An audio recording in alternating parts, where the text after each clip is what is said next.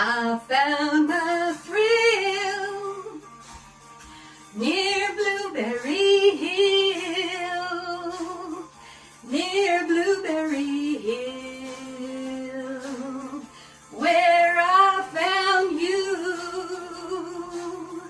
The moon stood still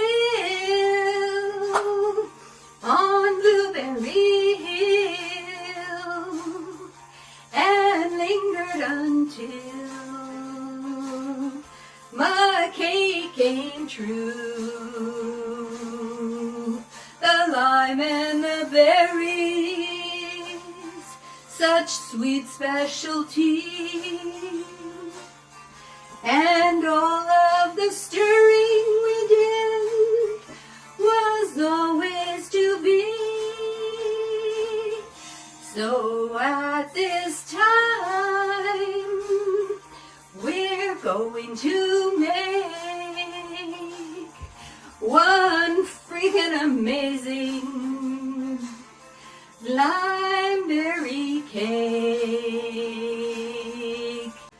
Hi, this is Anita, aka Kitchen Cuisinista. My friends tell me I don't smile enough, so I'm overdoing it here. See? So anyway, I'm here to talk to you about my freaking amazing limeberry cake. I think you'll enjoy the recipe, and it is a winner among all of my try-outers. People have sampled it, and it's easy peasy, and yes, I'm so happy to be here with you today. We are making the friggin' amazing limeberry cake. We're going to start with my 1/3 cup of melted coconut oil. And to that, I'm going to add my 1/2 cup of erythritol and stir it, get it melty a little bit. Then I'm going to put in my 3 eggs. 1, 2, and 3. Give that a stir, give it a mix, as they say, give it a good mix. To that, I am going to add a 1/2 dropper of good quality stevia. I think we're almost at the tail end here. That's about a 1/2 dropper. And I'm going to throw in a glug of vanilla.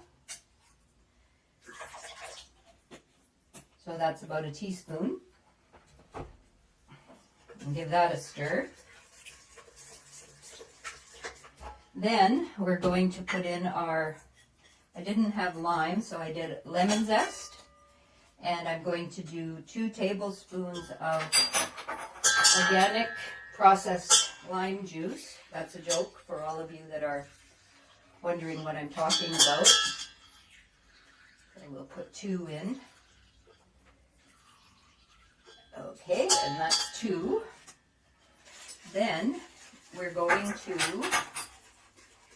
throw in the meal, the ground sunflower seed meal, the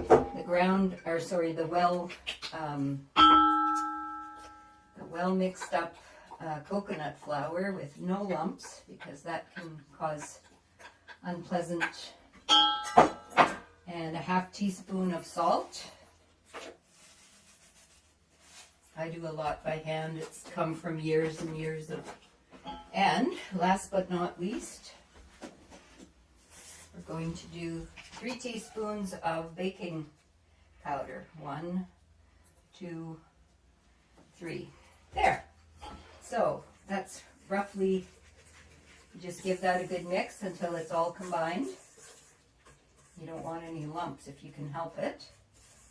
And it's going to be quite thick because the coconut flour and the flax and such will all thicken up really fast. And then we're going to throw in our 1 cup of frozen blueberries. So these have to be frozen right out of the freezer because you don't want them to leach all of the water in. And you give that a mix. And then we're going to put this into a prepared pan, which I am going to use this lovely little casserole dish here that I have. And I'm going to put some parchment or baking paper. And I've got my pan lined. And I'm going to give it a spray with this stuff. And I have to kind of form it in there, but more than anything, the weight of the cake will bring it down. So we're going to dump most of that in there. You can make this in a loaf pan, but I believe for serving purposes, it turns out nicer in a square pan. So this is roughly an 8 by 8. And out all the rest here. And get it all spread out in this pan. Could have maybe been a little bit of a bigger pan, but this cake will rise, but it won't rise that much. Watch me make a liar out of myself. But you'll see that the flavors are just so lovely together. And it was actually one of my customers who buys keto baked goods from me that named it the Freakin' Amazing Cake, because I had been putzing along with this recipe and trying to figure out how to make it better, and stumbled upon this. So she said one night, "That's just freaking amazing." So I told her that when I published the recipe, I would, with her permission, call it the Freakin' Amazing lime berry cake. I have made it with blackberries, so we'll see how this. So this is going into a 350-degree oven for probably 30 minutes, and then I'll check it. Well, I've just cut it up, and now the taste test. So you see the berries and such up close, and you see my chops up close.